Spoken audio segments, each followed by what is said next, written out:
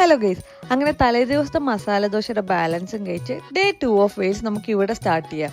ആദ്യം നമ്മൾ പോയത് റിജോയ്ക്ക് ഒരു പെയർ ഡ്രസ്സ് എടുക്കാൻ വേണ്ടിയിട്ടാണ്. അങ്ങനെ ആ കലാപരിപാടികളൊക്കെ കഴിഞ്ഞ് നമ്മൾ നേരെ പോയത് റെയിൽവേ സ്റ്റേഷനാണ് കേട്ടോ. ഇന്നത്തെ നമ്മുടെ ഫസ്റ്റ് ലൊക്കേഷൻ വരുന്നത് കഫേലിക്കാസിലാണ്.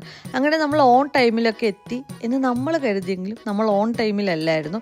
നമ്മൾ കുറച്ച് ലേറ്റ് ആയെങ്കിലും ട്രെയിൻ കറക്റ്റ് ടൈമിൽ വന്നിട്ടുണ്ടായിരുന്നു. അങ്ങനെ ട്രെയിൻ കിട്ടാനുള്ള ആ ഒരു ഓട്ടോ ആണ് നിങ്ങൾ കാണുന്നത്. പക്ഷെ എങ്ങനെ ഒരു 2-3 സെക്കൻഡ്സിൻ്റെ ഡിഫറൻസ് നമുക്ക് ആ ട്രെയിൻ കിട്ടി, എങ്ങനെയൊക്കെ ഒരുവിധം അതിൽ കയറി പറ്റി കേട്ടോ. മഹേഷേ, ഫോട്ടോഗ്രാഫി പഠിപ്പിക്കാൻ പറ്റില്ല, പഠിക്കാൻ പറ്റുമെന്നുള്ള രീതിയിൽ എൻ്റെ ക്യാമറമാൻ ഇപ്പോൾ ഒടുക്കത്തെ ഫോട്ടോഗ്രാഫിയാണ് കേട്ടോ. ഈ പൂക്കൾ കണ്ടപ്പോൾ എനിക്ക് ആദ്യം ഓർമ്മ വന്ന താത്താനാണ്. ഇപ്പം എൻ്റെ കൂടെ ഉണ്ടായിരുന്ന ഇതിൻ്റെ ഒരു കമ്പ് എങ്ങനെയെങ്കിലും ഒടിച്ചെടുക്കാൻ ശ്രമിച്ചേനെ. ഈ വീഡിയോ ക്ലിപ്പ് എടുത്തത് തന്നെ ഞാൻ താത്തായെ കാണിക്കാൻ വേണ്ടിയിട്ടാണ്. അങ്ങനെ നമ്മുടെ ഫസ്റ്റ് ഡെസ്റ്റിനേഷനിൽ നമ്മൾ എത്തിപ്പെട്ടിരിക്കുകയാണ്. ഇവിടെ കയറാൻ വേണ്ടി ടിക്കറ്റ് എടുക്കണമായിരുന്നു കേട്ടോ. ഇത് 13th സെഞ്ച്വറിയിൽ ഗിൽബർട്ട് എന്ന് പറഞ്ഞ ആൾ ബിൽഡ് ചെയ്തതാണ്. ഇത് വെയിൽസിലെ ഏറ്റവും ലാർജസ്റ്റും ബ്രിട്ടനിലെ സെക്കൻഡ് ലാർജസ്റ്റും കാസിലാണ് കേട്ടോ. അറൗണ്ട് ഒരു 30 ഏക്കേഴ്സിലാണ് ഈ ഒരു കാസിൽ വരുന്നത്. ഈ കാസിലിന് ചുറ്റും വെള്ളവും വലിയ വലിയ വോൾസും ഒക്കെയാണ് കേട്ടോ. ഇത് പുള്ളിയുടെ ലാൻഡൊക്കെ പ്രൊട്ടക്ട് ചെയ്യാൻ വേണ്ടി വളരെ തന്ത്രപരമായി പുള്ളി പണിതാന്നാണ് പറയുന്നത്. പിന്നെ അങ്ങനെ ഈ കാസിലെല്ലാം ചുറ്റിക്കണ്ട് വരുന്ന വഴിക്ക് ഈ ഗ്രില്ലിൻ്റെ ഇടയിൽ എങ്ങനെയാണെന്നറിയത്തില്ല റിജോ 2 പ്രാവിൻ്റെ മുട്ട കണ്ടെത്തി.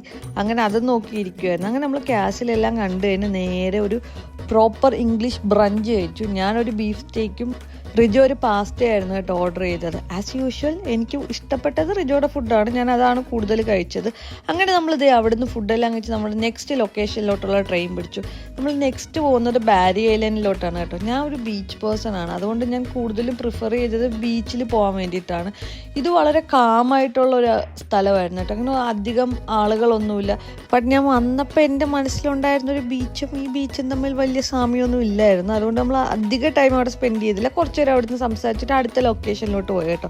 എനിക്ക് സൺസെറ്റ് കാണണമെന്നുണ്ടായിരുന്നു, ബട്ട് സൺസെറ്റ് അന്നൊരു 8:30-9 o'clock അപ്പോൾ അത്രയും ടൈം അവിടെ ഇരിക്കാനുള്ള സംഗതികളൊന്നും അവിടെ ഉണ്ടായിരുന്നില്ല.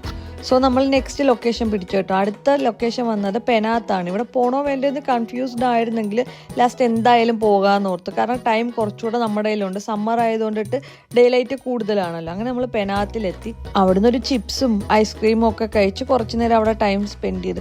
പെനാത്ത് കണ്ടപ്പോൾ എനിക്ക് ആദ്യം മനസ്സിൽ വന്ന CID മൂസയിലെ മേനെ പേർക്ക് ആ ഒരു സോങ് ഷൂട്ട് ചെയ്ത സ്ഥലമാണ് കേട്ടോ.